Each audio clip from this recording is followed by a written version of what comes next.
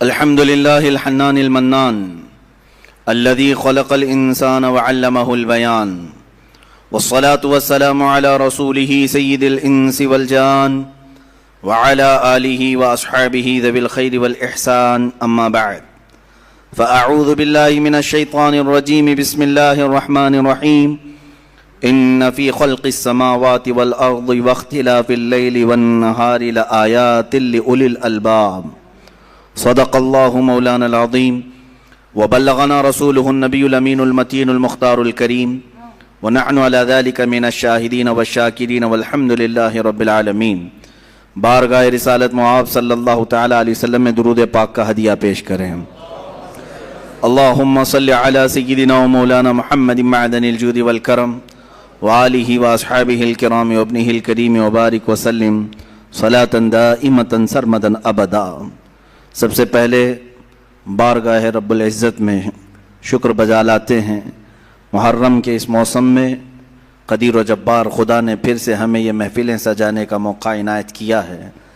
عزیزان گرامی، آج میں وجود باری تعالیٰ کے متعلق ہی کچھ گفتگو کرنے کی سعادت حاصل کرنا چاہتا ہوں، لیکن آپ سب پر اور مجھ پر اللہ عز و جل کا شکر واجب ہے کہ حالات ناسازگار ہوتے ہوئے بھی ہمیں محرم الحرام کی ان مجالس میں بیٹھنے، سننے اور بولنے کا موقع عنایت کیا گیا ہے.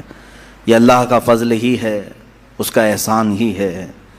اور ہم محفلیں سجاتے ہیں، ہمارا مقصد، ہمارا منشا صرف یہ نہیں ہوتا کہ ایک جلسے کا تصور آ جائے یا ایک مجمع جمع ہو جائے.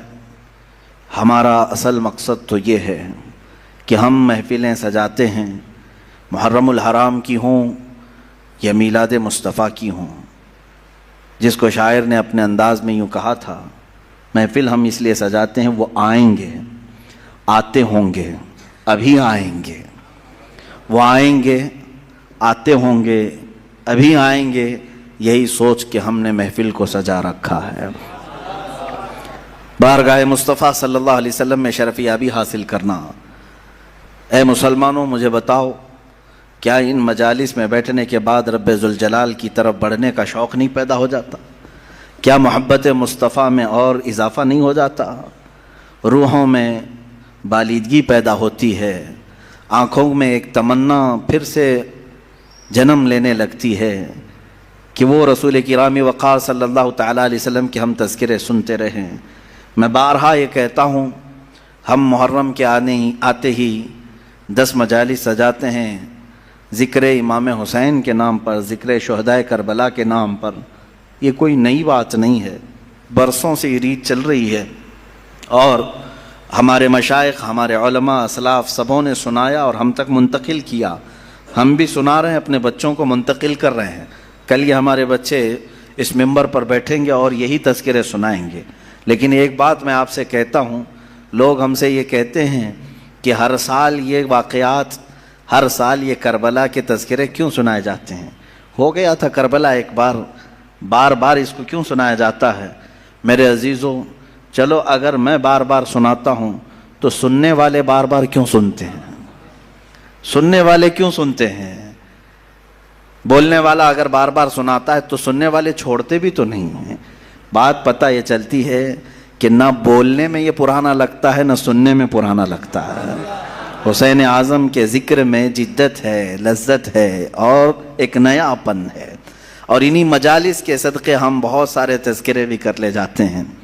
عزیزان گرامی، یہ تمام ہماری محافل کا سب سے پہلے میں شکر بجا لاتا ہوں رب ذوالجلال کی بارگاہ میں. اس کائنات کے خالق نے، ہم سب کے پالنہار حقیقی نے ہمیں اس دنیا میں وجود بخشا، اور پھر حکم یہ دیا کہ تم زمین پہ چلنے والی چیزوں کو غور سے دیکھو. قل انظروا ماذا فی السماوات والارض، تم آسمانوں میں غور سے دیکھو کیا کیا چیزیں ہیں. یہ کیوں دیکھنے کا حکم بار بار رب تعالیٰ ہمیں فرماتا ہے؟ اس لیے کہ تم مجھ تک پہنچ سکو، رب تعالیٰ کی معرفت تمہیں حاصل ہو جائے. انسان کا اس دنیا میں آنے کا ایک مقصد یہی ہے کہ وہ اپنے خالق کو پہچانے، اپنے مالک کو پہچانیں، اپنے رب کو، اپنے پالنے والے کو پہچانیں. اور دنیا یہاں ہر ایک کو پہچانتی رہ گئی، اور رب ذوالجلال جس کو پہچاننے کے لیے بھیجا گیا تھا اس کی طرف تک وہ دو بھی نہیں کیا، محنت بھی نہیں کیا اور پوچھا بھی نہیں. میرے عزیزو، لاکھوں راستے ہیں اس مولا کو پہچاننے کے، اس کے باوجود آج لاکھوں انسان گمراہ ہیں، مشرک ہیں، کافر ہیں. کچھ تو خدائے ذوالجلال کا انکار کرنے والے اور کچھ غفلت میں موجود ہیں. لیکن وہ خوش نصیب انسان ہے جسے اللہ کی معرفت حاصل ہو گئی. رب تعالیٰ نے اپنی طرف اسے راستہ دے دیا اور وہ اپنے مالک کو پہچانا اور اپنے سر کو محفوظ رکھا صرف اسی بارگاہ میں جھکانے کے لیے. وہ دنیا کا عظیم انسان ہے، وہ دنیا کا خوش نصیب انسان ہے. باقی سب جو بھولے بھٹکے ہیں، راستہ بھٹکے ہوئے ہیں، ان کے لیے ہمیں کہا گیا کہ تم انہیں سیدھے راستے کی طرف بلاؤ. آج سے ہماری یہ مجالس اسی ضمن میں بھی ہوں گی کہ ہم ان بھولے بھٹکوں کو دعوت دینے کے لیے بیٹھے ہیں جو اپنے رب کو پہچاننے سے اور رب کے تعالیٰ کے احکام سے بغاوت کر کے پھر رہے ہیں. عزیزان گرامی، اب آپ سب کی بارگاہ میں جو چیزیں میں عرض کرنے جا رہا ہوں وہ بہت توجہ سے سنیں کہ یقیناً اللہ عز و جل رب ذوالجلال اس کی بہت ساری صفات ہیں. 99 صفات آپ نے سنا بھی ہوگا. اسماء حسنہ میں اللہ رحمان ہے، رحیم ہے، کریم ہے، حلیم ہے، عظیم ہے، غفار ہے، جبار ہے، ستار ہے، قہار ہے. یہ سب اس کی صفات ہیں اور ہر صفت کو پہچاننے کے لیے زندگیاں لگ جاتی ہیں. اللہ تبارک و تعالیٰ کی بارگاہ میں پہنچنے کے لیے انسان زندگیاں لگا دیتا ہے اور بعض لوگ یہ سمجھتے ہیں کہ ہم گھر بیٹھے ہی اللہ تعالیٰ کی معرفت حاصل کر لیں. ایسا نہیں ہے میرے عزیزو. آج سب سے پہلے چیز میں یہ عرض کرتا ہوں، آخر خدا ہے یا نہیں؟ کسی نے دیکھا نہیں. سوال تو ہے ہی ہے.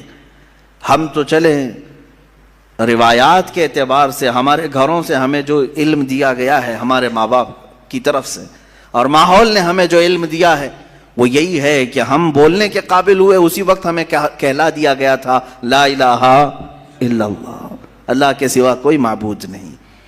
ہمیں اللہ کے وجود کا بہت بچپن میں ہی علم دے دیا گیا، لیکن ہم بڑھتے بڑھتے اب زمانے کو دیکھنے لگے تو پتہ چلا کہ یہاں بہت سارے دہریے بھی ہیں، ایتھیسٹ ہیں جو خدا کا ہی انکار کرتے ہیں کہ خدا ہے ہی نہیں، کوئی دین ہے ہی نہیں. آج میں ان کے سلسلے میں عرض کروں گا کہ آخر ایسا کیسے ہو سکتا ہے کہ کوئی خدا ہی نہیں. یہ اور بات ہے کہ ایک ہے، دو ہے، کون ہے، اس پر الگ بحث. لیکن جن لوگوں نے کہا ہے ہی نہیں تو مجھے تعجب ہوتا ہے کہ آخر عقل تمہاری ہے یا نہیں. عقل سے اگر سوچو گے تو پھر تمہیں مجبوراً کسی نتیجے پر جانا ہوگا. امام اعظم ابو حنیفہ رضی اللہ تعالیٰ عنہ دہریوں کے لیے کھلی تلوار تھے. دہریہ کس کو کہتے ہیں؟ جو خدا کا ہی انکار کرتا ہے، یعنی کوئی نہیں ہے، نہ بھگوان ہے، نہ خدا ہے، کوئی چیز ہے ہی نہیں، ہم خود سے چل رہے ہیں. امام اعظم رضی اللہ تعالیٰ عنہ کی بارگاہ میں ایک جماعت آئی ملحدین کی، اور وہ تلواریں لے کر کے ہی آتے تھے کہ موقع پا کر کے انہیں قتل کر دے. ایک دن امام اعظم ابو حنیفہ رضی اللہ تعالیٰ عنہ ان کی جماعت کو آتے ہوئے دیکھا اور اچانک آپ اپنی مجلس سے کھڑے ہوئے اور کہنے لگے میں کچھ گہری سوچ میں ہوں. وہ قریب آئے اور پوچھا کیا سوچ رہے ہیں آپ؟ کہا کہ میں نے سنا ہے کہ ایک سمندر میں کشتی چل رہی ہے اور اس پر سامان خود سے لد جاتا ہے اور بڑی برابر منزلوں پر وہ رکتی ہے اور اپنا سامان خود ہی اتارتی ہے، نہ اسے کوئی چلاتا ہے، نہ لوڈنگ ان لوڈنگ کرنے والے کوئی مزدور ہیں، وہ خود بخود سامان لیتی ہے، خود بخود سامان اتارتی ہے. یہ روبوٹک دنیا بھی نہیں تھی اس وقت کہ وہ یقین کر لیتے، سائنسی دنیا بھی نہیں تھی اس وقت. تو ان دہریوں نے کہا کیا مذاق کر رہے ہیں آپ کہ سمندر میں کشتی بغیر ملاح کے، بغیر کیپٹن کے چل رہی ہے اور خود سامان لوڈ کر رہی، اتار رہی ہے، ہمارے ساتھ مذاق کر رہے ہیں آپ؟ ہم عقل والے لوگ ہیں، آپ کی اس بات پر کوئی بیوقوف ہی یقین کر سکے گا. امام اعظم ابو حنیفہ رضی اللہ تعالیٰ عنہ فرماتے ہیں اتنی جب تجھے عقل ہے کہ ایک کشتی سمندر پر بغیر کسی چلانے والے کے نہیں چلتی تو یہ پورے کائنات کا نظام بغیر چلانے والے کے کیسے چل سکتا ہے؟ برابر وقت پر سورج کا طلوع ہونا، برابر وقت پر سورج کا غروب ہو جانا، چاند کا اپنی منزلوں پر چلنا، اور یہ سمندروں کا برابر اپنے مدار میں رہنا، اور یہ زمین کا طرح طرح کے پودے اگنا، اس میں پھول کا آنا، پھلوں کا آنا، یہ کیا اللہ کے ہونے کی نشانیاں نہیں ہیں؟ کوئی تو ہے جو یہ سارا نظام چلا رہا ہے۔ ہاں تم یہ کہہ سکتے ہو کہ مشینیں ہم چلا رہے ہیں، پنکھے ہم چلا رہے ہیں، لائٹ ہم چلا رہے ہیں، چلاؤ دنیا کی ساری مشینیں چلاؤ، لیکن میں اگر ایک فیلڈ میں آؤں ان دہریوں سے پوچھتا ہوں۔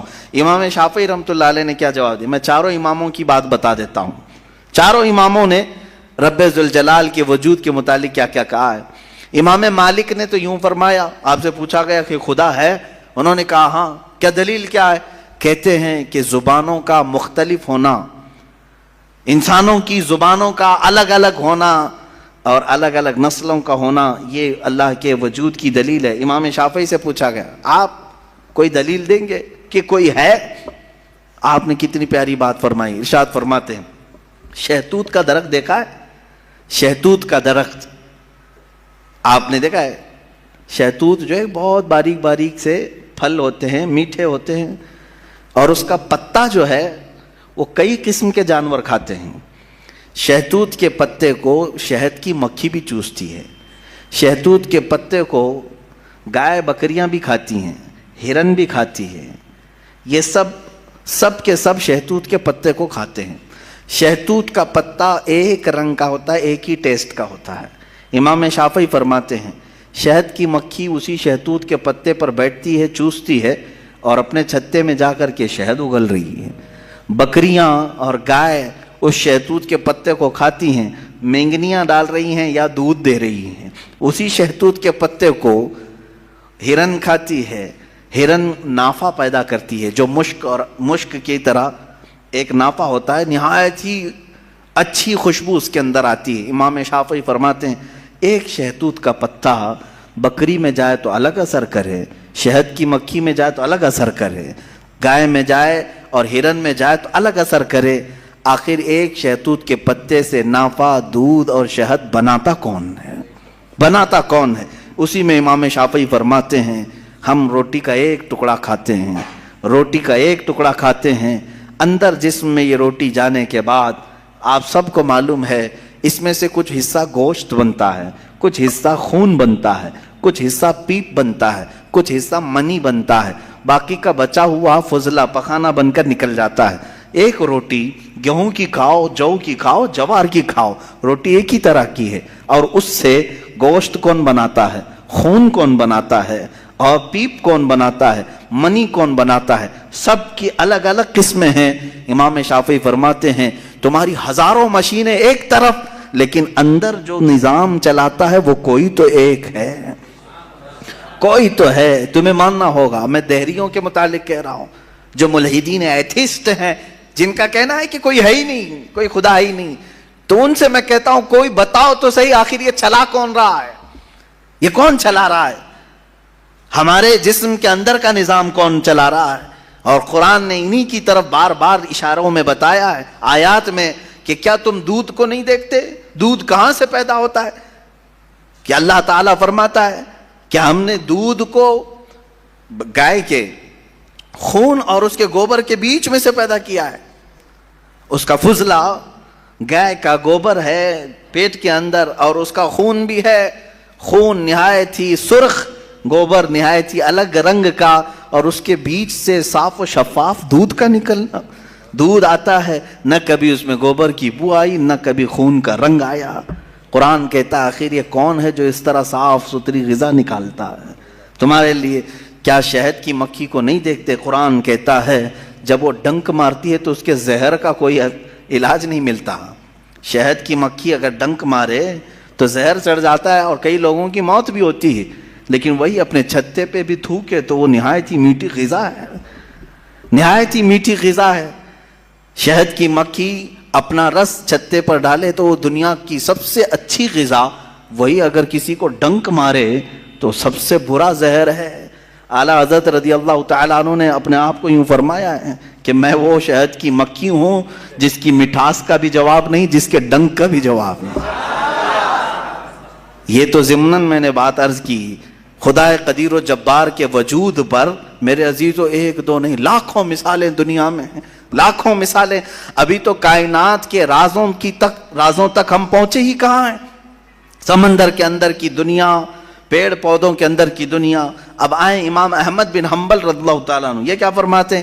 آپ سے پوچھا گیا خدا ہے، کوئی دلیل ہے آپ کے پاس؟ کہتے ہیں میں تمہیں بتاتا ہوں، ایک قلعہ ہے ایسا کہ چاروں طرف سے بند، نہ ایک سوراخ جانے کا راستہ، نہ اس پہ کھڑکی، نہ دروازہ، کچھ بھی نہیں، ہوا تک نہیں جا سکتی، پورا بند ہے.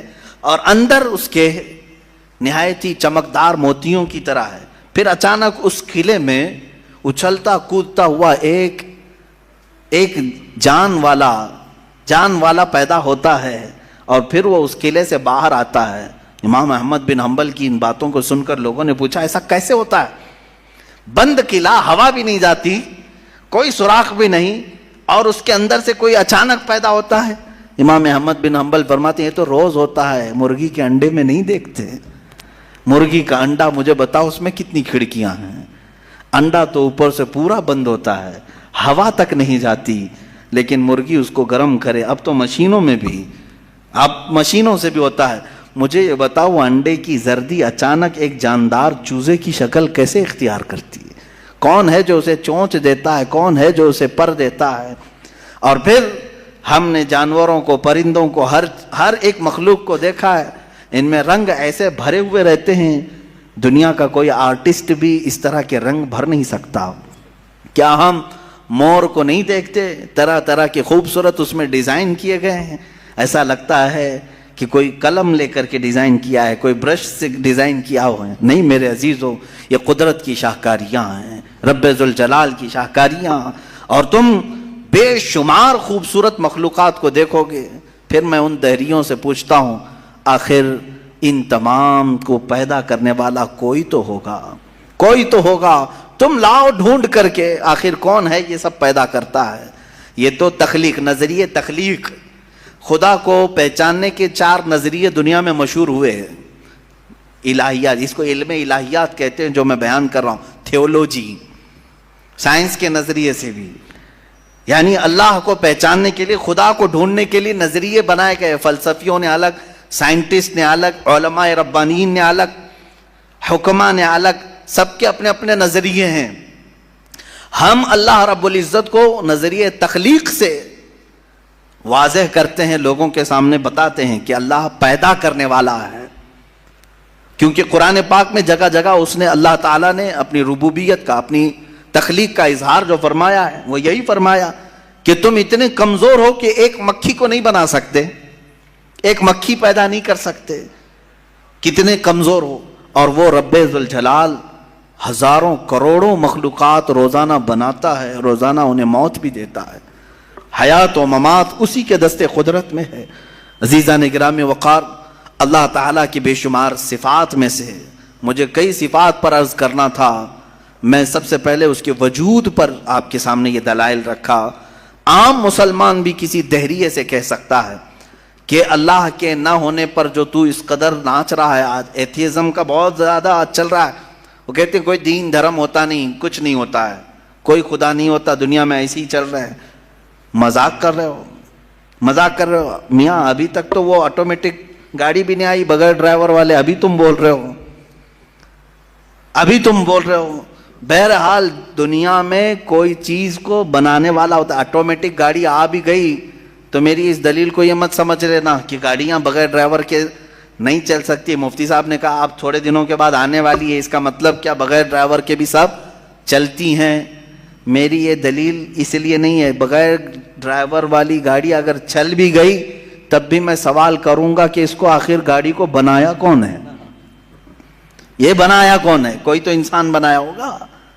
تو اسی طرح سے ہر چیز کو دنیا کی آپ کو یہ علم لے کر کے جاتا ہے تھیولوجی کا کہ کوئی نہ کوئی اس کا پیدا کرنے والا ہے، بنانے والا ہے. فلسفی ان کے ہاں ایک قانون ہے، دور اور مسلسل، یعنی تسلسل، کنٹینیو کوئی چیز ہو نہیں سکتی. مثال کے طور پر مجھے پیدا کرنے والا کوئی ہے اور اس کو پیدا کرنے والا کوئی ہے، اس کو پیدا کرنے والا، یہ جو سوچ ہے تسلسل اس کو کہتے ہیں. کہیں جا کر کے سٹاپ ہونا پڑے گا، کہیں جا کے سٹاپ ہونا پڑے گا تمہیں. میں پیدا ہوا میرے باپ سے، میرے باپ پیدا ہوئے دادا سے، دادا پر دادا سے، یہ سلسلہ چل کر کے کہیں تو سٹاپ ہوگا، کہیں جا کے ختم ہونا ہے. تو فلسفی اس بات کو مانتے ہیں کہ دور اور تسلسل محال ہے، یعنی کنٹینیو ایسی جاتا رہے، یہ محال ہے.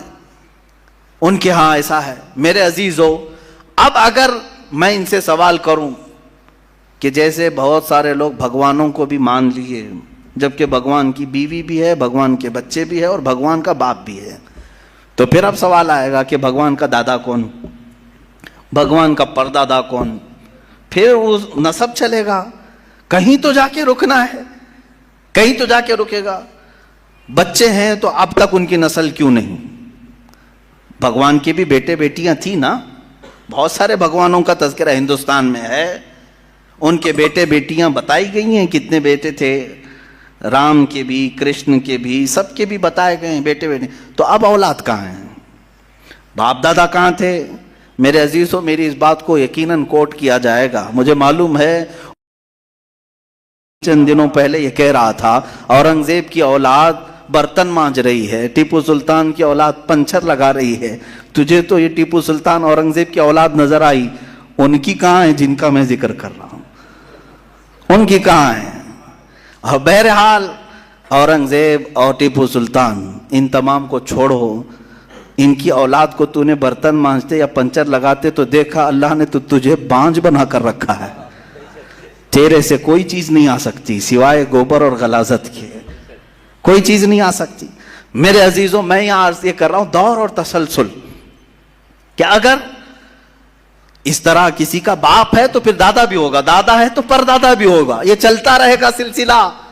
یہ اسلام یہ ہے جس نے کہا قل هو اللہ احد اللہ الصمد لم یلد ولم یولد. کہو وہ اللہ ایک ہے، اللہ بے نیاز ہے، لم یلد نہ وہ کسی سے پیدا ہوا ہے، ولم یولد نہ اس سے کوئی پیدا ہوگا، اس سے کوئی لم یلد اس سے کوئی پیدا نہیں ہوا، اور نہ وہ کسی سے پیدا ہوا. یہاں ختم ہو گئی بات. اب نہ میرے خدا کا کوئی باپ ہے، نہ بیٹا ہے، نہ بھائی ہے، نہ بہن ہے، کہیں یہ تصور آئے گا ہی نہیں. تم ہم سے یہ سوال نہیں کر سکتے کہ اللہ کے آبا و اجداد کہاں ہے، اولاد کہاں ہے. ہم نے خدا کو مانا ہی ایسے ہے کہ وہ جسم و جسمانیت سے بھی پاک ہے، رشتہ داری سے پاک ہے، کوئی نہ اس کا ہمتا ہے، ایک ہی سب کی سنتا ہے. یہ اللہ تبارک و تعالیٰ کے متعلق ہمارا یقین یہی ہے. عزیزان گرامی وقار، دور اور تسلسل کا جو قانون ہے، میں نے یہی بتایا کہ بعض لوگ اس چیز کے ذریعے سے بھی چاہیں تو ہدایت حاصل کر سکتے ہیں کہ کہیں تو جا کے ہمیں فل سٹاپ ہونا پڑے گا. کوئی تو ہے جو اینڈ ہے، اس کو کوئی پیدا کرنے والا نہ ہو، جا کر کے تمہیں ختم ہونا پڑے گا ایک نہ ایک جگہ. کہ کوئی تو ہے جو لاسٹ ہے، اس کو کوئی نہ پیدا کیا ہو. اگر اس کو بھی کوئی پیدا کیا ہے تو پھر یہ بھی بات ہے کہ اس کو بھی کوئی پیدا کیا ہوگا. تو ہمیں ایک ایسی ذات ماننی پڑے گی جس کو کوئی نہ پیدا کیا ہو، تبھی جا کر کے ہم یہ کہتے ہیں وہ جو ذات تم جا کر اینڈ ہوگے اسی کا نام اللہ رب العزت ہے، جس کو کسی نے پیدا نہیں کیا. یہ اسلام کا بہترین عقیدہ ہے. میرے عزیزو، توحید کسے کہتے ہیں؟ اب بات آتی ہے، وجود کی بات ہو گئی، اللہ ہے اتنا تو ماننا پڑے گا. اس کے لیے تو بہت ساری دلیلیں بچے بھی پکڑ کر کے بتا دیں گے. ایک خاتون، ہم نے بچپن میں پڑھا تھا، ایک بوڑھی عورت چرخہ سل رہی تھی، اس سے جا کر کسی نے پوچھا کہ اللہ ہے کہ نہیں ہے؟ تو اس نے کہا ہے. کیا دلیل ہے؟ کہا یہ میرا چرخہ جو سل رہا ہوں اسی یہی دلیل ہے اللہ کی. کہا کہ کیسے؟ کہا یہ چرخہ، اس سے کپڑے سلتی ہوں، جب تک میں چلاتی نہیں یہ سلتا نہیں، مشین سلتی نہیں ہے کپڑے. اسی سے میں نے یہ یقین کر لیا کہ میرا چرخہ میرے چلائے بغیر نہیں چلتا، تو نظام کائنات پورا بغیر چلائے کیسے چلے گا؟ کوئی تو ہے. یہ ہو گئی بات وجود کی، کوئی تو ہے. اب آتی ہے توحید کی بات. کوئی تو ہے، اب ہمیں یہ بتانا ہے ایک ہی ہے. کوئی تو ہے لیکن وہ جو ہے وہ ایک ہی ہے. یہاں پر بھی ہمیں اسلام نے جو فلسفہ دیا ہے، قانون دیا، وہ بہت ہی پیارا ہے. اس کی وجہ کیا ہے؟ میرے عزیزو، چلو اب ہم توحید کی طرف آتے ہیں. توحید کہتے ہیں ایک ماننا، ایک ماننا. حقیقت میں دیکھا جائے تو دنیا کے اکثر مذاہب میں توحید کا شروع میں درس رہا. عیسائیت جو آئی ان میں بھی تھا، بعد میں یہ تثلیث کے قائل ہو گئے. یہودیوں میں بھی اللہ کو ہی مانتے، خدا کو ہی ماننا ہے. ہندوؤں میں بھی ایک کا ہونے کا تصور کتابوں میں ان کے موجود ہے. یہ اور بات ہے کہ انہوں نے ملا دیا، مسالے لگا دیے، الگ الگ ہو گئے. خالص جو اپنے دین پر باقی ہے الحمدللہ وہ اسلام ہے. آج بھی اللہ رب العزت ہے اور وہ ایک ہے. اس پر کیا دلیل ہے؟ اس پر بھی دلیلیں دینی ہوں گی مسلمانوں. عقلی دلیلیں بھی ہیں، نقلی دلیلیں بھی ہیں. نقلی دلیلیں ہمارے لیے، نقلی کا مطلب ہوا کسی جگہ سے ثابت ہے، قرآن سے، حدیث سے یہ ثابت ہے تو یہ نقلی دلیل. عقلی جو عقل بھی جس کو تسلیم کرے، عقل جس کو ایکسیپٹ کرے، وہ کیا ہے؟ اس بوڑھی عورت کا ہی میں بتا دوں جس نے چرخہ سلا اور چرخے کو چلانے میں اس نے کہا کہ اللہ ہے، کوئی تو ہے، کیونکہ میری مشین بغیر چلائے نہیں چلتی. تو اس سے صاحب نے جس نے سوال کیا پوچھا کہ اچھا ہے تو کیا وہ ایک ہے کہ دو ہے؟ کہا نہیں ایک ہی ہے. کہا وہ کیسے؟ کہا دو ہو تو دیکھو تم سامنے بیٹھو، ادھر سے چلاؤ، میں ادھر سے چلاتی ہوں. پھر کپڑے کی کیا درگت بنتی ہے؟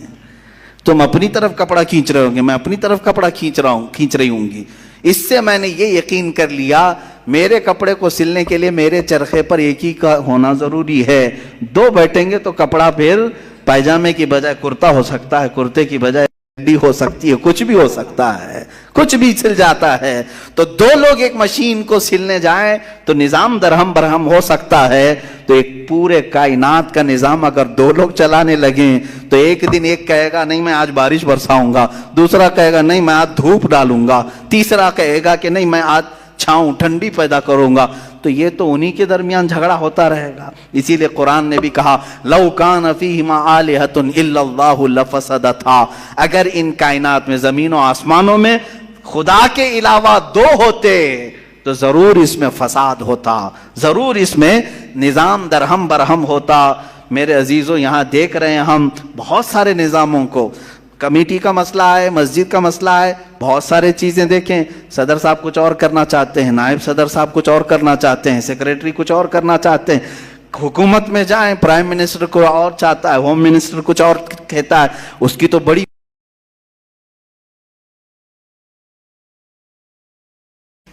پتہ ہی نہیں ہے. لیکن نظام ایک ملک کا چلا رہے ہیں، ایک ملک کا چلا رہے ہیں. فساد اسی لیے ہو رہا ہے، فساد اسی لیے ہوتا ہے اور ان کو پتہ بھی نہیں رہتا. وہ بھاشن میں کچھ اور بول کے آئے، یہ پارلیمنٹ میں کچھ اور بول کے آیا.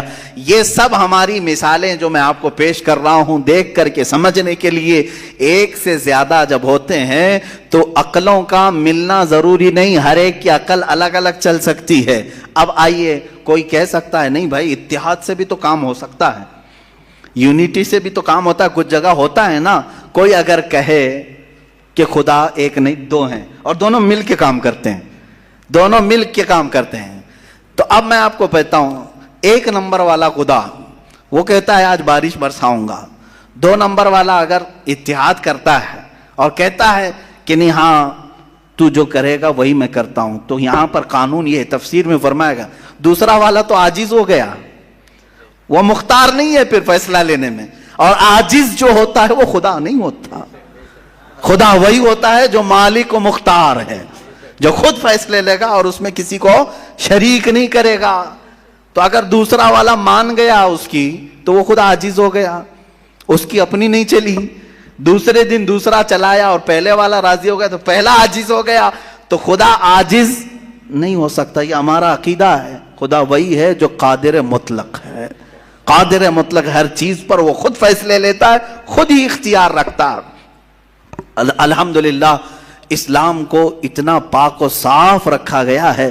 خدا کا جو عقیدہ ہے ہمارے ہاں، عقیدہ توحید ہے، وہ انسان کے ذہن کو بھی پاک و صاف کرتا ہے، انسان کا ذہن بھی پاک و صاف رہتا ہے. اگر عقیدہ توحید تمہارا ہٹ گیا، میرے عزیزو توجہ چاہتا ہوں، توحید عقیدہ سمجھ گئے، اللہ کو ایک ماننے کا عقیدہ اگر ہٹ گیا تو پھر انسان اتنا ذلیل ہوتا ہے کہ پھر وہ ہر چیز کو خدا ماننے لگ جاتا ہے، چاہے وہ چوہا ہو کہ بلی ہو کہ سانپ ہو کہ مچھر ہو، کسی کے بھی سامنے جھکنے لگ جاتا ہے. توحید کا عقیدہ اگر ذہن سے ہٹ گیا، اللہ کو ایک اور بڑا ماننے کا عقیدہ ہٹ گیا، تو ہم نے ان لوگوں کو بھی دیکھا ہے جو عورتوں کی شرمگاہوں کو بھی عبادت کرتے ہیں، بہت ساری غلاظتوں کو بھی پوجتے ہیں۔ میرے عزیزو، یہ کب آتی یہ چیز؟ جب عقیدہ توحید انسان سے ہٹ جاتا ہے تو وہ بہت ہی نیچے گر جاتا ہے۔ اللہ تعالیٰ نے ذہنوں کو پاک رکھنے کے لیے یہ ہمیں کتنا بہترین عقیدہ دیا ہے، اور وہ ایک ہے، اور الحمدللہ مسلمان اسے آج بھی ایک ہی مانتے ہیں۔ کئی چیزیں ہیں، میں یہ علم الہیات پر آج بات کرنا چاہتا تھا۔ پہلے وجود باری تعالیٰ، اور دوسرے اللہ کے ایک ہونے پر۔ ایک ہونے پر سب سے بڑی دلیل یہ ہے، ایک سے زیادہ ہوں گے تو نظام درہم برہم ہو سکتا ہے، اور اب تک نظام درہم برہم نہیں ہوا، اس کا مطلب ہے کہ ایک ہی چلا رہا ہے، ایک ہی چلا رہا ہے۔ سورج کو جس طرح سے اس نے سالوں سے چلایا ہے، چاند کو جس طرح چلایا ہے، موسموں کا آنا جانا، قرآن خود یہ کہتا ہے، میں نے آیت خطبے کے بعد یہی تلاوت کی، ان فی خلق السماوات والارض واختلاف اللیل والنہار، بے شک زمینوں کی پیدائش میں، آسمانوں کی پیدائش میں، اور رات و دن کے آنے جانے میں تمہارے لیے بہت بڑی نشانیاں ہیں، کہ ایک ہی ہے جو اس کو اپنی مرضی سے بنایا ہے، اپنی مرضی سے بنایا ہے۔ عزیزان گرام وقار، ہندوؤں میں بھی ایک ہونے کا عقیدہ تھا کہ ایک خدا ہے۔ بہت ساری کتابیں ہیں جس کو میں نے پڑھا ہے، جس میں کہا گیا ہے سنسکرت میں کہ وہ ایک ہی ہے، لیکن ہوا یہ کہ بعد میں ان تعلیمات میں مکسنگ کیسے آئی؟ جیسے ہمارے ہاں فرشتوں کا تصور ہے، جبرائیل ہیں، میکائیل ہیں، اسرافیل ہیں، اسرائیل علیہم السلام، جو ملائکہ ہیں، وہ اللہ تبارک و تعالیٰ نے انہیں مختلف کاموں پر لگایا ہے۔ میکائیل علیہ السلام بارش برساتے ہیں، روزی پہنچانے کے کام میں ہیں، اسرائیل علیہ السلام روح نکالتے ہیں۔ تو ان ملائکہ کو جس طرح سے ہمارے ہاں تصور دیا گیا، اللہ کے فرشتے، تو ان لوگوں نے ان دوسرے کاموں کو دیکھ کر ہر ایک چیز کا الگ الگ خدا بنا لیا۔ ہواؤں کا خدا الگ، بارش کا خدا الگ، آگ کا خدا الگ، پانی کا خدا الگ۔ یہاں پر دھوکہ کھا گئے، وہ خدا نہیں ہے، وہ خدا کے فرشتے، اللہ تبارک و تعالیٰ نے جن کو ان کائنات کے کاموں پر لگایا۔ ہمارا عقیدہ میں بتا رہا ہوں۔ عزیزان گرامی، یہاں پر میں یہ باتیں اس لیے عرض کر رہا ہوں کہ سب سے پہلے وجود باری تعالیٰ اللہ ہے، دوسری چیز وہ ایک ہے۔ اب تیسری چیز آتی ہے جس کے متعلق آج کے بہت سارے دہریے سائنس کے اسٹوڈنٹ وہ کہتے ہیں اگر ہے مان لیا، ایک ہے مان لیا، دکھتا کیوں نہیں ہے؟ یہ بھی سوال ہے۔ ہمارا عقیدہ ہے نراکار ہے، اور وہ آکار مانتے ہیں۔ بعض لوگ ان کے ہاں بھی ہے جو خدا کو نراکار مانتے ہیں کہ وہ نہیں دکھ سکتا۔ میرے عزیزو، یہ جن لوگوں نے ہم سے سوال کیا کہ پھر وہ دکھتا کیوں نہیں، وہ دکھتا کیوں نہیں، اس کے لیے میں جواب یہ بتاؤں گا کہ اگر انسان جس طرح سے آج پیدا کیا گیا، جتنی اس کے اندر کمزوریاں ہیں، انسان کی آنکھوں میں پورا کا پورا سورج نہیں سما پا رہا ہے۔ کڑی دھوپ میں سورج کو کیوں نہیں دیکھتے؟ وہ تو دکھ رہا ہے نا، تو دیکھو 1 گھنٹہ دیدار کرو، درشن کرو سورج کی، کیوں نہیں کرتے؟ نہیں کرتے آپ کے اندر تاب و طاقت نہیں ہے۔ سورج کروڑوں میل دور ہے، اس کو آپ پورے طور پر اپنی آنکھوں میں نہیں لے پا رہے ہیں۔ تو یہاں سے تم سب کو پتا چلا کہ میری آنکھیں کمزور ہیں، دنیا کی بڑی چیزوں کو میں سما نہیں سکتا۔ تو یہ تو سورج کے بارے میں کہہ رہا ہوں جو رب ذوالجلال کی ہزاروں نہیں کروڑوں تخلیقات میں سے ایک ذرہ ہے۔ اس ایک ذرے کو ہماری آنکھیں نہیں سما پاتی، تو پورے کائنات کے خدا کو، رب ذوالجلال کی تجلیات کو کیسے سما پائیں گے؟ آنکھوں میں کیسے اسے سما سکتے؟ اسی لیے اللہ نے قرآن میں فرمایا لا یدرکہ الابصار، اس کو کوئی آنکھ گھیر نہیں سکتی۔ وہ کیوں؟ سوال بھی تو ہے کہ اگر گھیر لے آنکھیں، ہو کیا جاتا اگر اللہ کو دیکھ لیتے؟ تو اس کے متعلق فلسفی طور پر بھی اور اسلامی طور پر بھی میں بتاؤں، میرے عزیزو، عقیدہ ہمارا یہ ہے کہ اللہ، اس کا کوئی سائز نہیں، اس کا کوئی سائز نہیں۔ اتنا چوڑا، اتنا اونچا، اتنا لمبا، اتنا چھوٹا، یہ چیز ہے نہیں، ہم اس کو مان نہیں سکتے۔ تو جب آنکھوں میں تمہارے کوئی چیز آئے گی تو وہ سائز والی ہی آئے گی، کچھ تو سائز ہوگا اس کا، چاہے وہ 100 کلومیٹر والا ہو، اگر آنکھوں میں آ گئی تو سائز بن گیا، اور جس چیز کا سائز بن گیا وہ خدا ہو نہیں سکتا۔ ہمارے ہاں یہ عقیدہ ہے کہ اللہ تبارک و تعالی جسم و جسمانیت سے پاک ہے، مکان و مکانیت سے پاک ہے، اس کی یہ تمام چیزیں ایسی نہیں جس طرح انسان کی آنکھ، ہاتھ، پیر، منہ، پیٹ، یہ تمام چیزوں سے وہ پاک ہے، وہ جیسا ہے وہ اللہ بہتر جانے۔ لیکن انسان کی دنیا میں آنکھیں اس چیز کو سما نہیں سکتی، اور جو چیز اس کی آنکھوں میں سما گئی وہ خدا ہو نہیں سکتی۔ اس کے لیے ایک فارمولا میری طرف سے لے کر کے جاؤ، جس چیز کو بھی دیکھا کسی نے دنیا میں سوائے رسول اللہ کے، میرے آقا صلی اللہ علیہ وسلم ایکسیپشن میں بتا رہا ہوں، حضور کو چھوڑ کر کے پوری کائنات کی بات کر رہا ہوں، جس نے کسی چیز کو دیکھا وہ خدا ہو نہیں سکتا۔ ام المومنین عائشہ صدیقہ نے بھی فرمایا ہے کہ جس نے بھی یہ کہا کہ خدا کو یہ دیکھا ہے ظاہری آنکھوں سے، کھلی آنکھوں سے، وہ سب سے بڑا جھوٹ بولا ہے، دنیا کا سب سے بڑا جھوٹ بولا اس نے۔ اب یہ بات میں اس لیے عرض کر رہا ہوں کہ ہو سکتا ہے تمہارے تک بھی آ جائے وہ بھیجے میں خدا دکھانے والے پیر صاحب۔ ہاں کچھ لوگ خدا کو دکھا کر کے مرید کرانا چاہتے ہیں اور تانا مارتے ہیں، ارے میاں ہم تو دکھا کے مرید کرتے ہیں۔ دکھا کے کس کو؟ بکرے کے بھیجے میں دکھا کر کے۔ میاں ان کو یہیں خدا مل رہا تھا، معاذ اللہ رب العالمین، کلیجے میں نہیں، پھیپڑے گردے میں نہیں۔ جس چیز کے کھانے کا شوق پیر صاحب کو ہوا وہاں خدا دکھانا شروع کیا۔ نعوذ باللہ من ذالک، استغفر اللہ۔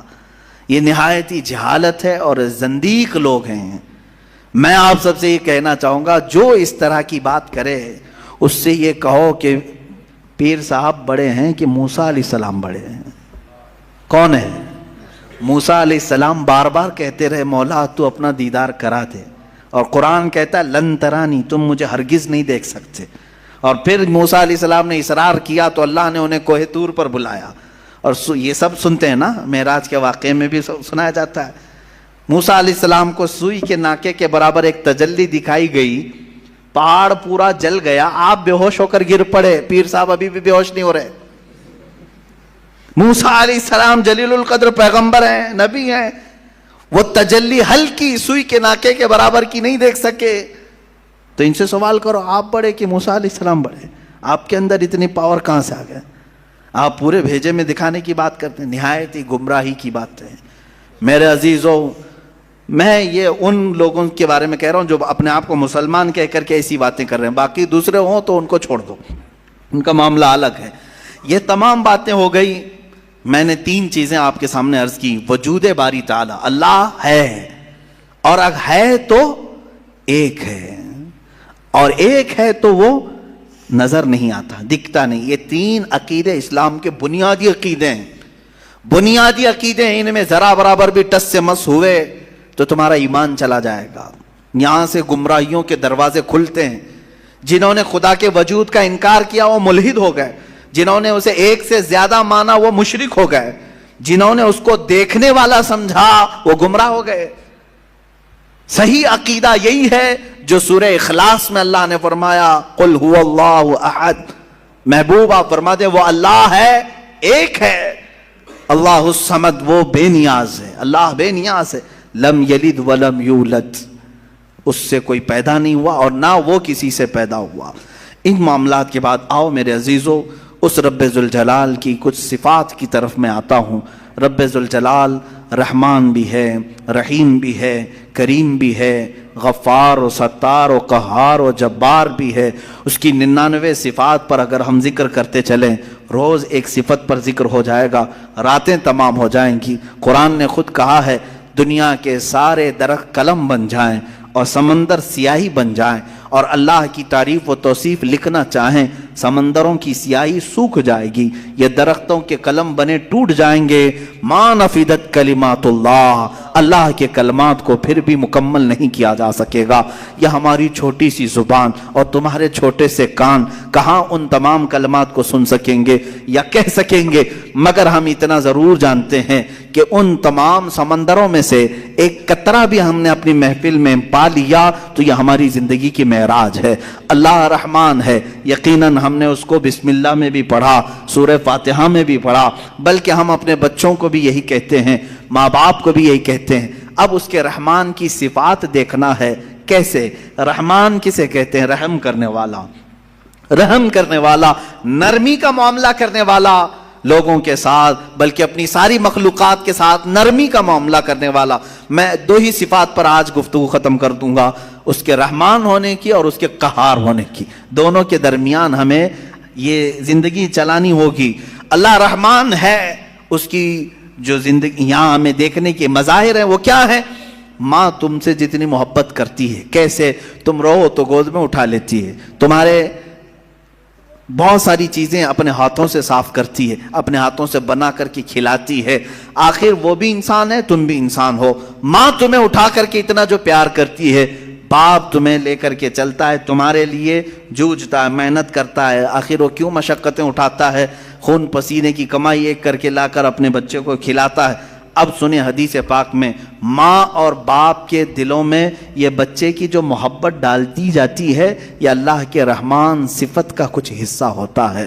یہ اس کی صفت کا تھوڑا سا حصہ جب اللہ ماں اور باپ میں ڈالتا ہے تو وہ بچوں سے اس قدر پیار کرنے لگ جاتے ہیں۔ اگر وہ رحمت کی صفت مولا ماں اور باپ کے سینے سے نکال دے تو ہر باپ اپنے بچے کو قتل کرنے پر بیٹھ جائے، ماں اپنے بچے سے دوری اختیار کر لے۔ ایسا نہیں ہوتا، ماں بوڑھی ہو جائے یا بچہ اس کا بوڑھا ہو جائے، پھر بھی ماں اس بوڑھے بچے کو بھی سینے سے لگاتی ہے، اس کے پسینے دیکھنا نہیں چاہتی، اس کی جبینوں پر خم نہیں دیکھنا چاہتی۔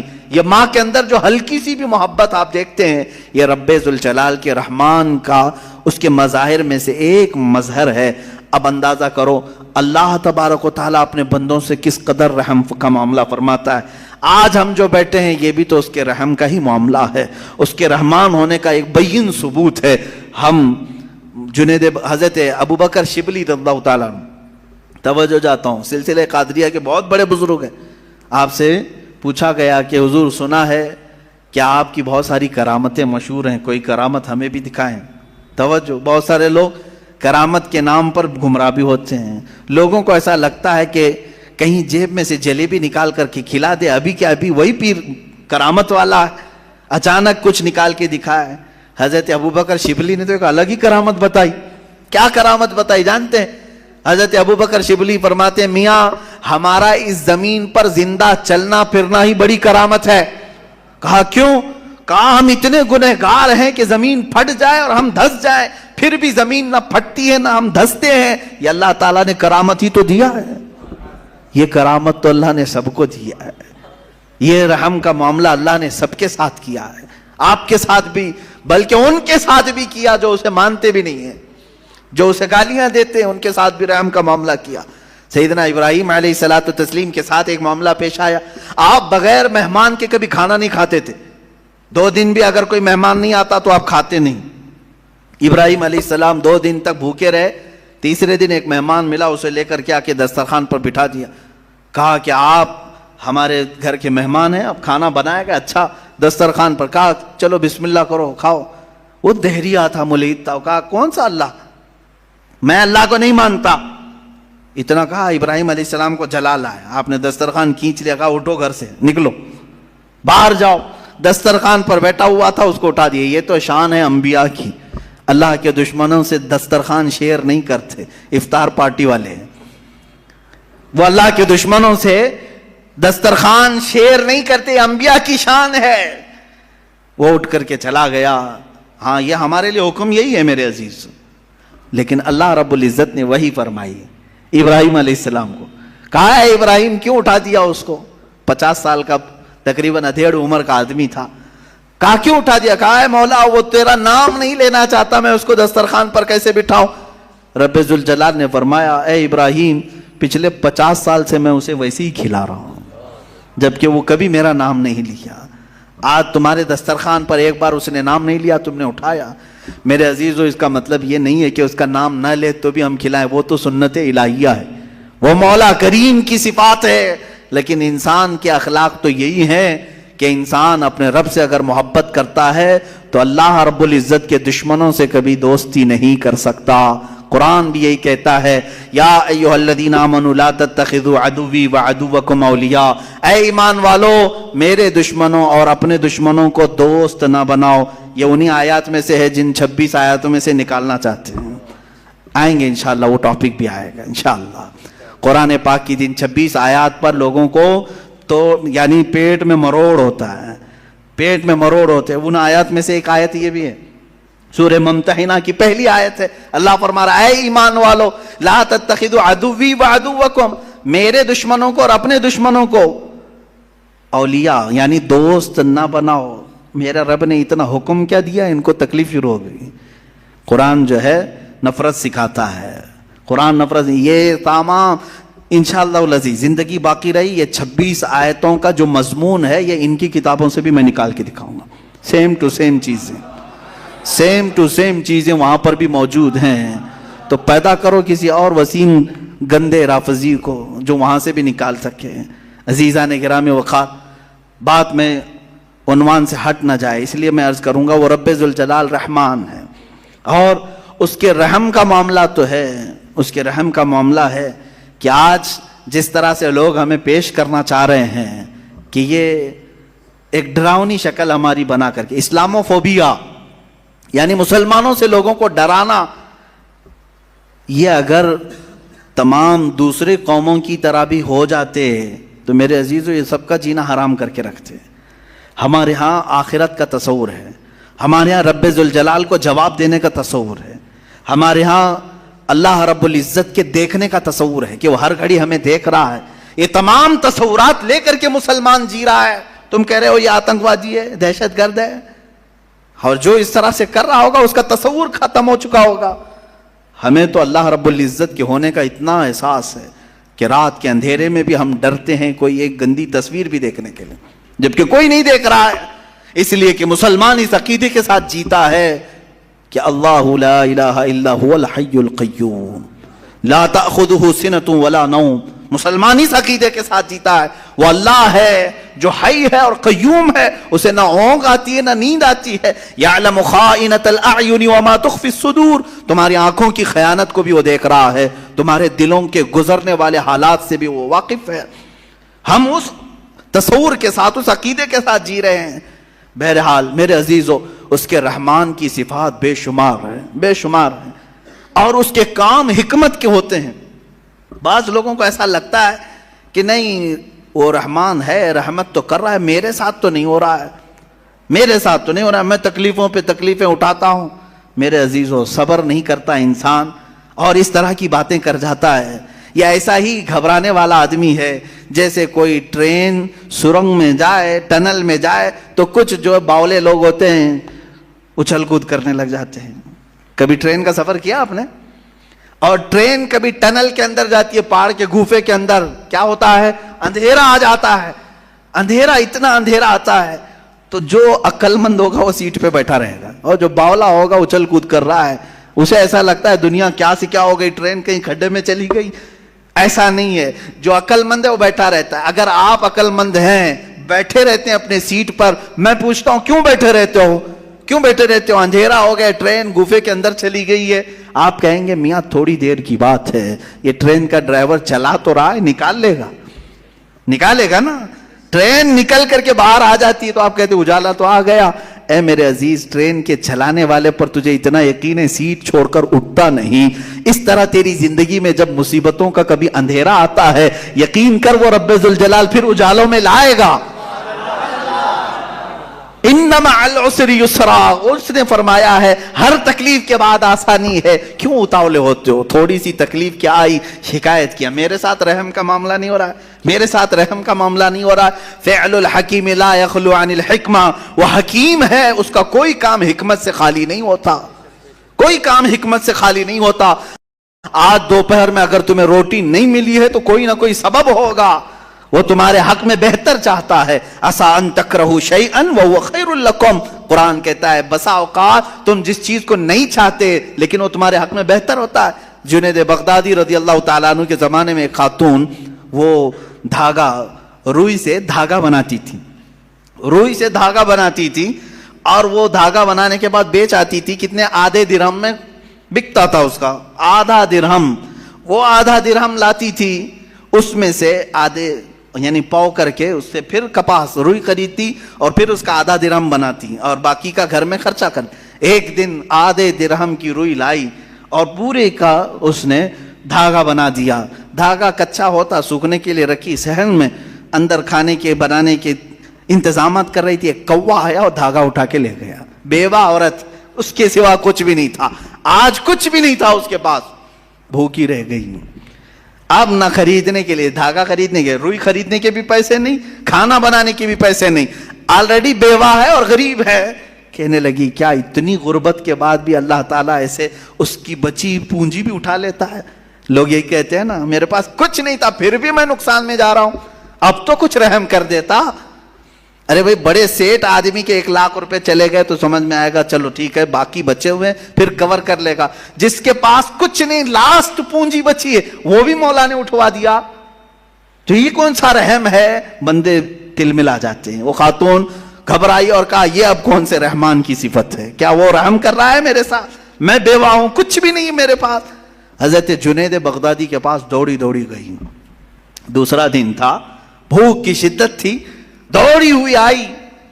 حضرت جنید بغدادی اس وقت بیٹھے تھے، ان کے دربار میں کچھ لوگ آئے ہوئے تھے باہر کے، ملنے کی غرض سے دور سے آئے ہوئے تھے. آپ کو یہ چیختی ہوئی آئی تو اس کو سائڈ میں کھڑا کیا، رک جاؤ میں پہلے ان کی باتیں سن لوں، پہلے ان کی باتیں سن لوں.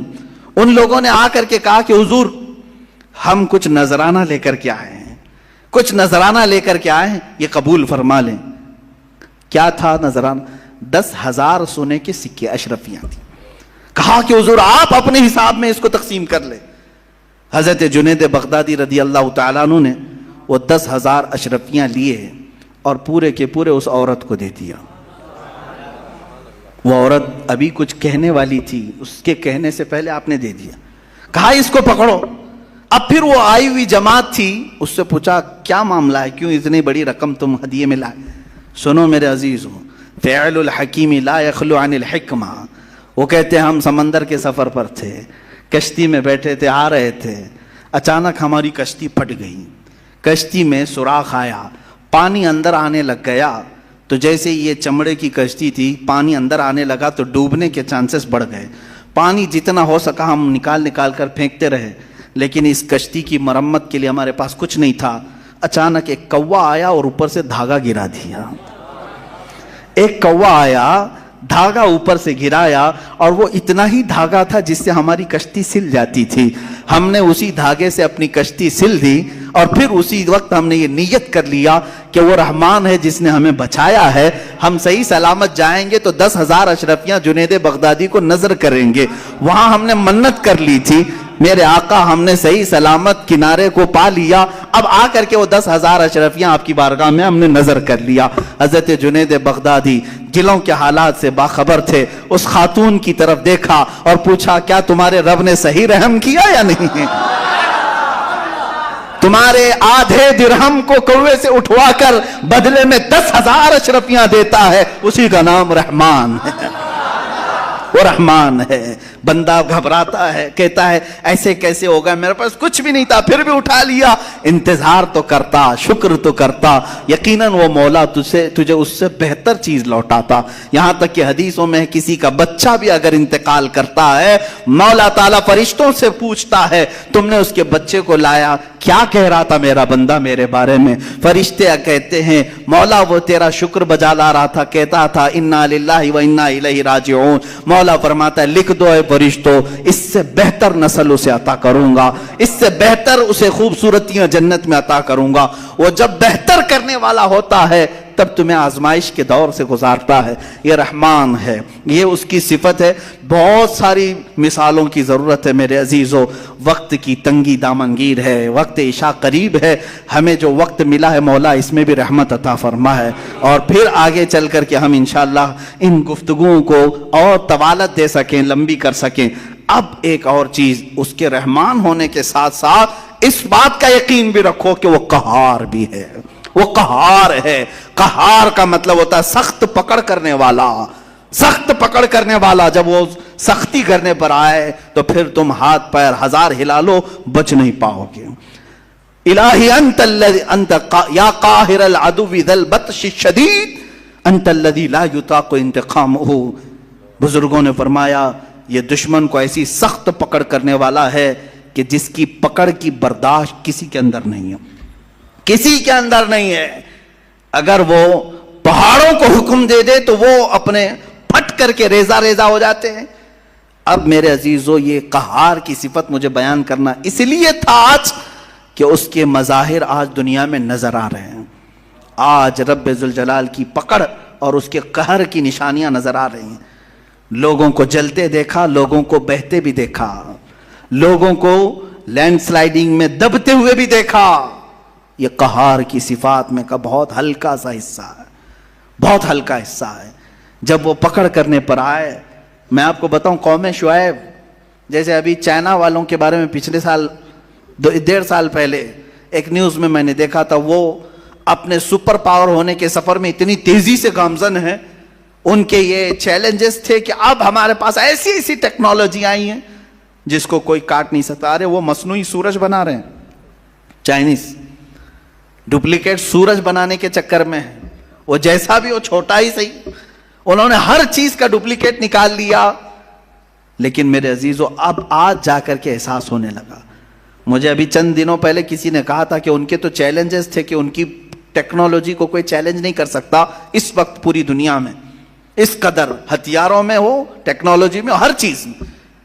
میں آپ کو بتاتا ہوں یہ تو اس زمانے کی بات ہے. آج سے 4000 سال پہلے قوم شعیب, قوم سمود جس کو کہا گیا ہے, وہ تو اتنی پاورفل قوم تھی.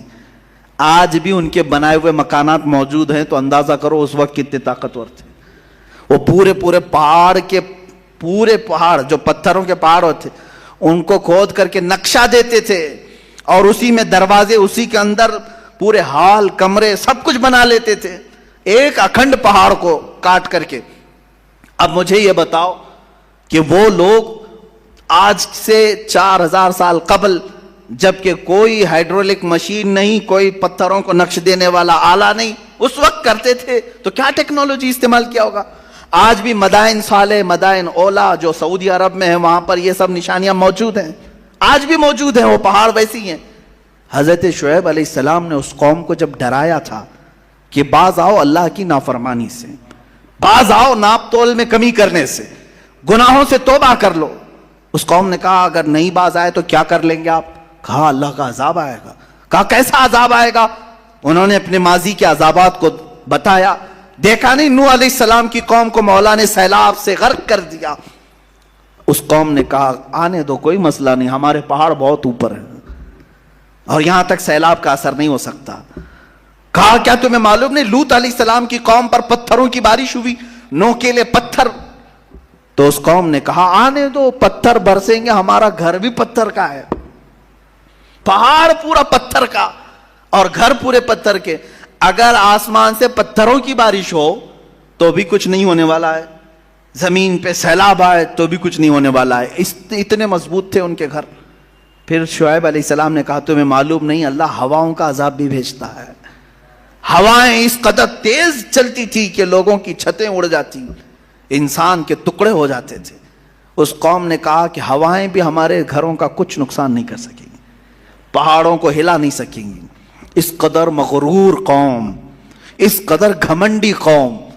میرے عزیز و رب ذوالجلال نے پھر کون سا عذاب بھیجا؟ قاہر العدو ذی البطش الشدید, سخت پکڑ کرنے والا دشمن کی. اس نے کیا بھیجا؟ نہ پہاڑ پر پتھروں کی بارش, نہ سیلاب کا عذاب, نہ ہواؤں کا عذاب, بلکہ جبرائیل امین علیہ السلام کو حکم دیا کہ جائیں نیچے آپ جبرائیل علیہ السلام نیچے آئے اور آنے کے بعد ان کو حکم دیا گیا کہ اے جبرائیل اپنی آواز نکالو، بس آواز نکالو۔ جبرائیل علیہ السلام نے صبح کے وقت اپنی صرف آواز نکالی، ایک چیخ، اس چیخ میں اتنا زور دھماکہ تھا کہ وہ قوم سمود جو اپنے گھروں میں تھی ان کے کانوں سے بھیجا نکل کر پھٹنے لگا، پورا بھیجا کانوں سے باہر نکلتا تھا، آنکھوں کے پتلیاں اڑ کر کے باہر آ گئیں، اور جب جا کر کے دیکھا گیا تو وہ اپنے پہاڑ نما گھروں کے اندر چھتڑے بکھرے ہوئے تھے صرف ایک آواز سے۔ میرے عزیزو یہ کوئی ایسی لفظی نہیں، آج بھی دنیا جانتی ہے ایٹم بم اگر پھٹتا ہے تو اس کا سب سے بڑا طاقت کا راز آواز ہے۔ آواز، بم کے اندر جو آواز ہوتی ہے یہی کان پھاڑتی ہے، عمارتیں پھاڑتی ہے، آواز کے اندر اتنا اثر ہے۔ جبرائیل علیہ السلام کی صرف چیخ سے ان کے بھیجے نکل گئے۔ یہ قاہر العدو ذو البطش الشدید، اسی لیے اس نے قرآن میں فرمایا ان بطش ربک لشدید، بے شک تمہارے رب کی پکڑ بہت سخت ہے۔ عزیزان گرامی، آج ہم حالات دیکھ رہے ہیں، پوری دنیا جس بیماری اور بلا اور وبا کے چکر میں جوجھ رہی ہے، یہ رب تعالیٰ کے امتحانات میں سے ایک ہے۔ یہ بیماری کو لایا گیا یا آئی ہے، جس طرح سے بھی ہے، ہم اس بیماری کے چکر میں مفلس تو ضرور ہو گئے، غریب تو ضرور ہو گئے، کمزور تو ضرور ہو گئے، ہماری عبادتیں ہم سے چھینی گئی ہیں، ہمارے کاروبار ہم سے چھینے گئے، ہماری جاب، ہمارے تمام مزدوروں کی طاقت ختم ہونے لگی ہے۔ بیماری آئے نہ آئے لیکن اس کے چکر میں بہت ساری چیزیں آ گئی، لوگوں کے اندر چھوت چھات کا ماحول الگ، لوگوں کے اندر ڈاکہ زنی کا ماحول الگ، اس کے بعد مفلسی اور قحط سالی اتنی بڑھ جائے گی میرے عزیزوں جس کا حساب نہیں ہوگا۔ آپ اندازہ کریں چند دنوں کے بعد، میری یہ بات اگر آپ کو نہ لگے کہ اب اللہ تبارک و تعالیٰ اپنے قہر کی صفت کو ظاہر فرما رہا ہے، کیونکہ انسان اس قدر آج نافرمان ہے، اور دیکھیں نافرمان ہونا اور ہے لیکن اس مولا کو اور اس کے حبیب کو گالیاں دینا اور ہے۔ رب ذوالجلال عذابات اس وقت کھول دیتا ہے جب اس کے نبی کی شان میں کثرت سے توہین ہونے لگتی ہے۔ میں محسوس کر رہا ہوں آج کے زمانے میں سب سے زیادہ میرے نبی کو گالیاں دی جا رہی ہیں، پوری طاقتیں ایک طرف ہو رہی ہیں، حکومتیں ان کے سپورٹ میں آ رہی ہیں، جو محمد عربی صلی اللہ علیہ وسلم کو نشانہ بنائے، بڑی حکومتیں اسے پناہ دیتی ہیں، انہیں ویزے دیتی ہیں، انہیں سیکورٹی دیتی ہیں۔ تو یہ باضابطہ حکومتیں اور طاقتیں مل کر کے میرے نبی کو نشانہ بنا رہی ہیں۔ اب انتظار کریں اللہ رب العزت کے عذاب کا، عذاب آئے گا، ان کے بھی چھیتڑے اڑنے کی دیر ہے، ان کی بھی چھتیں غائب ہونے کی دیر ہے، تخت ان کے بکھرنے کا وقت آنے والا ہے۔ عزیزان گرامی، میں آپ کو ڈرا رہا ہوں جب اللہ کا عذاب آئے گا تو پھر سب اس میں ملوث ہوں گے، سب اس میں پیسے جائیں گے، اچھے اور برے سب عذاب میں بہیں گے۔ سیلاب آئے تو اچھوں کو الگ بروں کو الگ نہیں چھوڑتا، سب کو بہا لے جاتا ہے۔ اس رب ذوالجلال کے قہار کی صفات بھی آج ہیں۔ کیا آپ نہیں دیکھتے کہ ایک طرف جنگلات میں اچانک آگ کا لگ جانا اور بے حساب جانوروں کو آگ کی موت میں جھلس جانا، یہ اللہ کی پکڑ ہے، اللہ کا قہر ہے۔ بیماریوں میں پورے انسانوں کا گرفتار ہونا اللہ کا عذاب ہے۔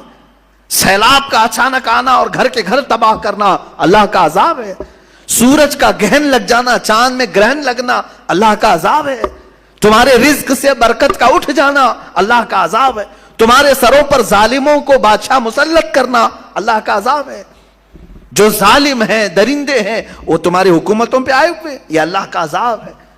اس عذاب سے چھٹکارا صرف اور صرف ایک ہی ہے کہ لوٹ آؤ اس رب ذوالجلال کی بارگاہ میں، لوٹ آؤ اور اسے مناؤ اور پھر پکار کر کہو استغفر اللہ ربی من کل ذنب واتوب الیہ، اے اللہ میں تیری پناہ مانگتا ہوں، میں بخشش چاہتا ہوں تیرے بارگاہ میں اور میرے تمام گناہوں کی معافی چاہتا ہوں۔ جس دن بندہ استغفار کر کے لوٹ آتا ہے تو پھر وہی قہار پھر تم پر اپنے رحمان کی صفات کا اظہار فرماتا ہے۔ وہ قہار ہے، پکڑ کرتا ہے، لیکن بندہ جب عاجزی کرتا ہے تو پھر وہ اپنے رحمان کی صفات کا اظہار کرتا ہے۔ وہ رحمان ہے، لیکن یہ ایک چیز ہے، اب آخری میں یہ کہہ کر کے جاتا ہوں، رحمان بھی صفت ہے، قہار بھی صفت ہے اس اللہ کی، اور رحم بھی کرتا ہے، پکڑ بھی کرتا ہے۔ آپ اگر ہم سے سوال ہی کرتے ہیں کہ کون سی چیز اس میں زیادہ بھاری ہے، رحمان کی صفت یا قہار کی صفت؟ ظاہر سی بات ہے قہار کی صفت آپ سب کو پتا ہے، جب وہ پکڑ کرے تو پورے کے پورے تباہ ہوتے ہیں، یہ تو بہت بھاری چیز ہے۔ لیکن حدیث پاک میں ملتا ہے، رب ذوالجلال نے حضور کی زبان پر ارشاد فرمایا، اللہ فرماتا ہے میری رحمت نے میرے غصے پر غلبہ کر لیا ہے۔ رحمان کی صفت قہار کی صفت پر غالب ہے، وہ رحم زیادہ فرماتا ہے، قہر کم کرتا ہے۔ بہرحال اللہ رب العزت کی بارگاہ میں ہم عریضہ پیش کرتے ہیں، مولا تو اپنے قہر سے ہم غریبوں کو بچا لے، ہم سب کو اپنے قہر سے آزاد فرما، اس پوری دنیا میں پھیلی ہوئی بلا اور وبا کو دور فرما دے۔ اے کریم خدا تو اپنے رحمان کی صفات اور رحیم کی صفات کا اظہار مولا ہم سب گنہگاروں پر عطا فرما، ہم سب پر رحم فرما، کرم فرما۔ اے کریم خدا جو بیمار ہیں انہیں شفا عطا کر دے، جو انتقال کر چکے ان کی مغفرت فرما دے۔ مولا ہم سب کو جب تک تو دنیا میں رکھ تیری عبادت کرنے کی توفیق بخش، آخری سانس تک مولا تیرا ذکر ہماری زبانوں پر جاری و ساری فرما۔ جب دمیں واپسی ہو یا اللہ، جب دمیں واپسی ہو یا اللہ، لب پہ جاری ہو بس لا الہ الا اللہ محمد رسول۔